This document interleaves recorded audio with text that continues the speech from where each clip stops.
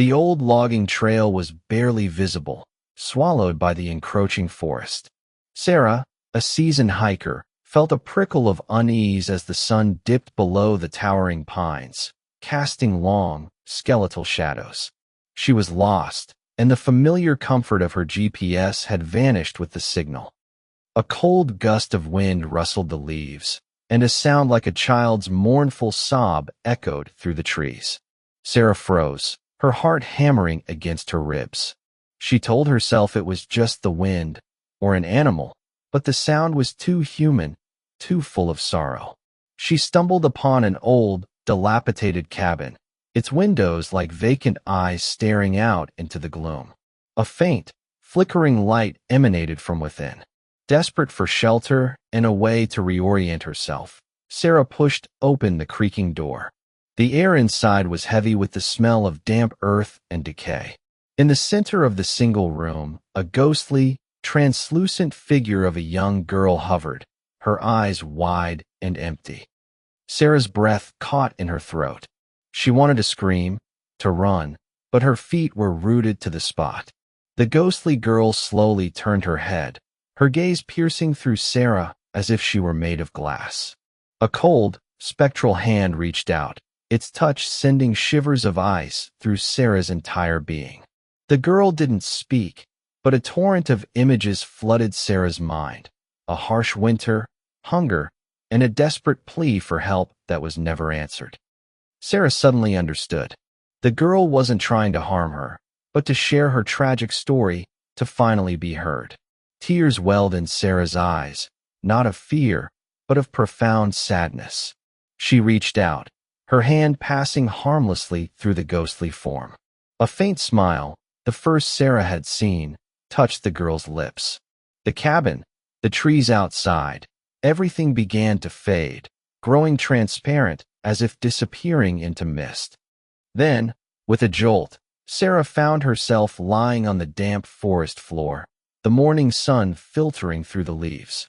The old logging trail was clear now, and her GPS signal had miraculously returned. The cabin was gone, vanished without a trace, and with it, the spectral girl.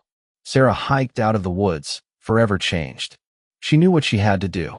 She would research the history of the area, find out who the girl was, and ensure her story was never forgotten. The woods had given her more than just a scare.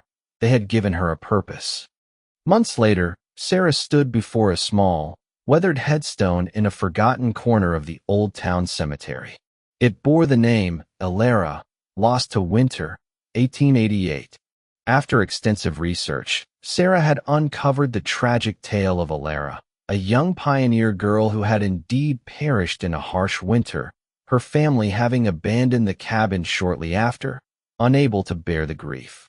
Sarah had rallied the local historical society, and together they had restored the cabin, turning it into a small memorial. As Sarah placed a fresh bouquet of wildflowers on Alara's grave, a gentle breeze rustled the leaves, carrying with it a faint, almost imperceptible whisper that sounded like, "Thank you." Sarah smiled, a sense of peace washing over her. She knew Alara's spirit had finally found rest, her story no longer a mournful echo in the forgotten woods, but a remembered part of the land's history. Sarah's encounter with the ghost had not been an ending, but a new beginning, a testament to the power of compassion and the enduring echo of a life once lived.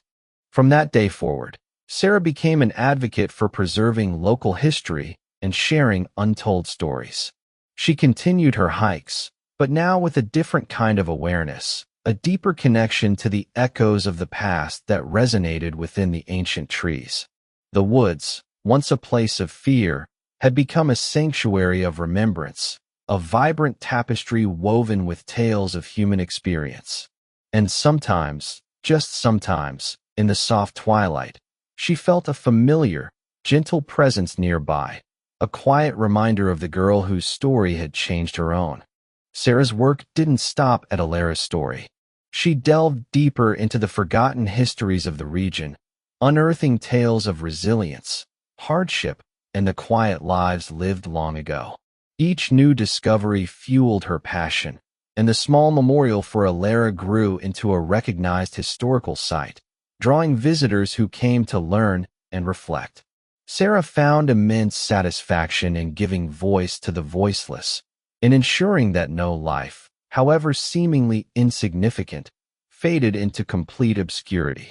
One crisp autumn evening, as Sarah led a group of fellow history enthusiasts on a guided walk through the now-cherished logging trail, she paused at the spot where she had first encountered Alara's spirit.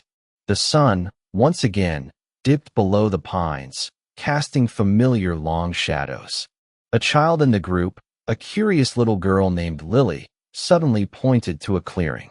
"Look, Sarah," she exclaimed, her eyes wide with wonder. "A pretty light, dancing in the trees."